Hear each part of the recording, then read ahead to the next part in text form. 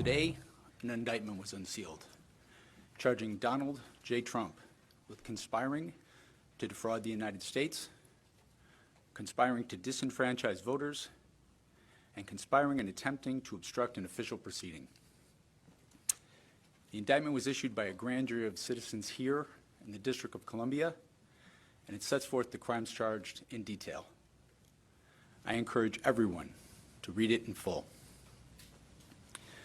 The attack on our nation's capital on January 6, 2021, was an unprecedented assault on the seat of American democracy.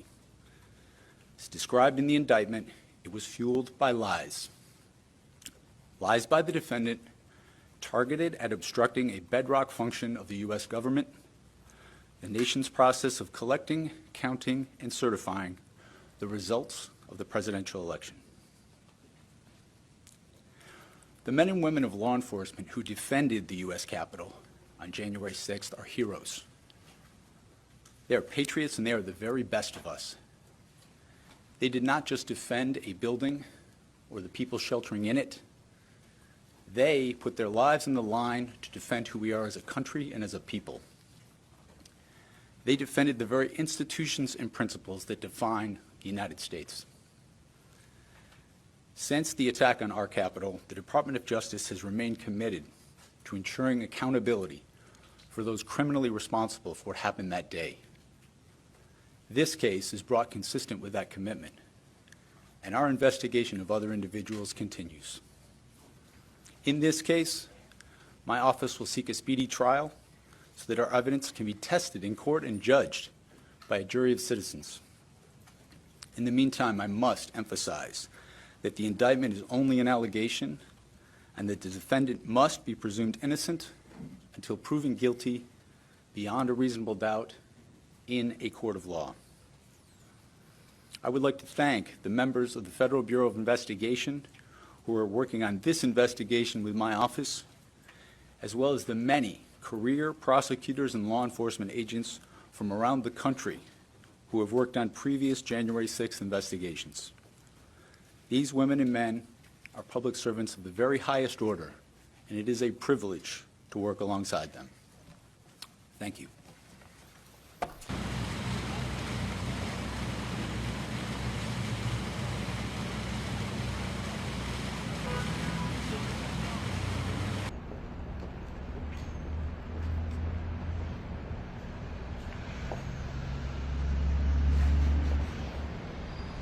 One thing is that, as the indictment stated at the outset, that it's not a crime to just lie. In other words, we have a First Amendment right to be protected in our speech, and particularly political speech is afforded the highest degree of protection. But the indictment shows that Trump was not just lying about election fraud, but he used those lies in order to try to subvert the will of the people and to actually overturn the results of a lawful election. And so the indictment goes through in very painstaking detail how Trump was able to perpetuate this lie and knew indeed that it was a falsehood. And then to show how he systematically worked with other co-conspirators to try to perpetuate this lie. The indictment shows the painstaking efforts that Trump took to try to establish that there was some fraud in the election, and that at every turn he was told by courts, by his advisors, by his attorneys, by his staff, that by the intelligence community, that there was no evidence of fraud. And yet you see in the indictment how he becomes more and more desperate. And although there is no smoking gun here, where he says, I know that this is false, there is evidence that he's being told this, and that the more this goes on, the more he is indicating he doesn't care what's true anymore, that he just needs to stop the certification of this election. This in some ways is the most serious because it really goes to the heart of our democracy and how we count people's votes. But on the other hand, Trump is going to argue that he believed this to be true, that he believed that he won the election, and therefore that he was not defrauding the United States, that he was not trying to take away anybody's vote.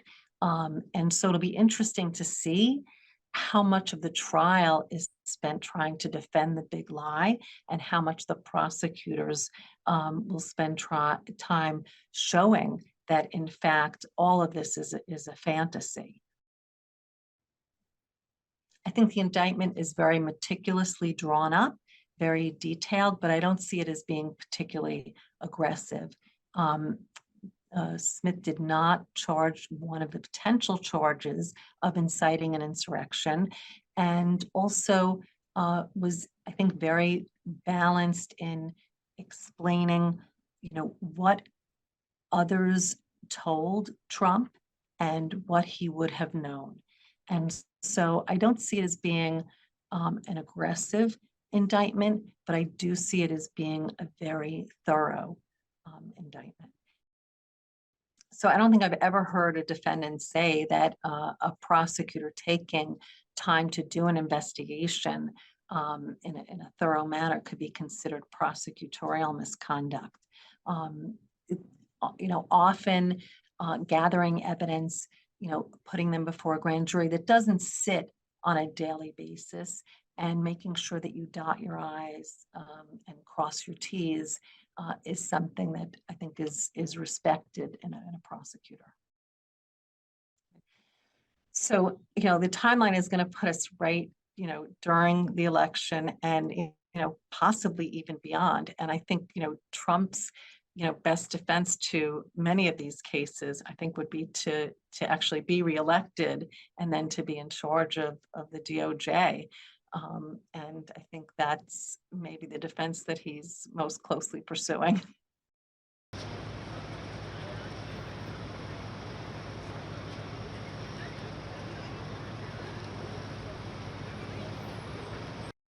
The indictment is one thing, but to convict him is another.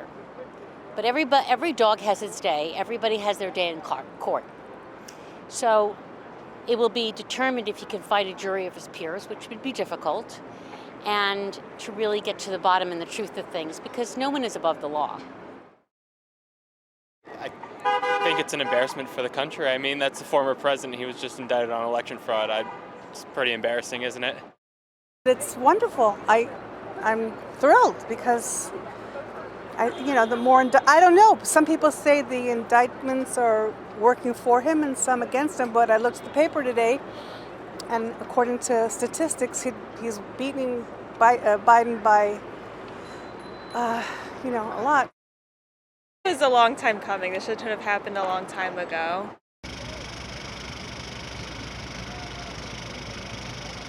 My name is Eric Tucker, and I cover the FBI, Justice Department, and national security for the Associated Press.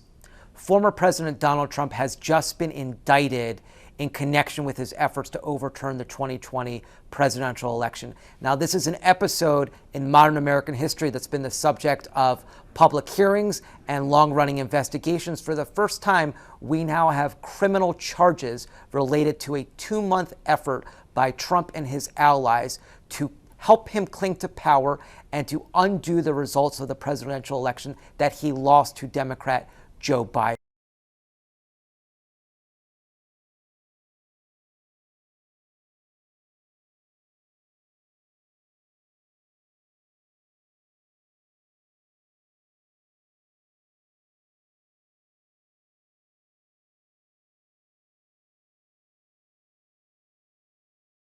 Here's what we know. This is an indictment that focuses on a very turbulent period between his November 2020 loss to Democrat Joe Biden and the January 6, 2021 riot at the Capitol.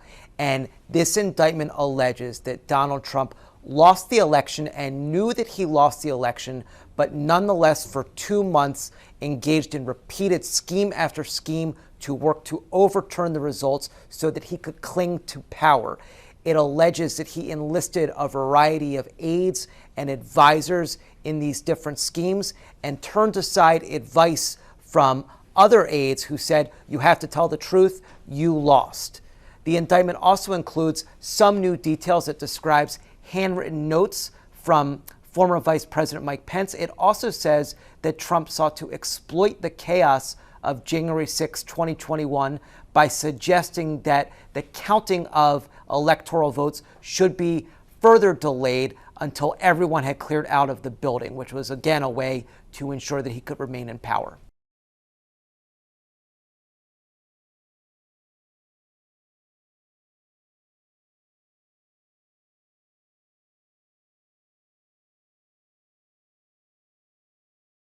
We know that Donald Trump is due in court on Thursday afternoon. He's going to be appearing before a judge, Tanya Chutkan, who has handled many cases involving January 6th rioters. She is known for being very tough on those defendants and for believing that January 6th was a disgraceful day in American democracy. And so that is not the most favorable judge in the courthouse that Trump could have drawn.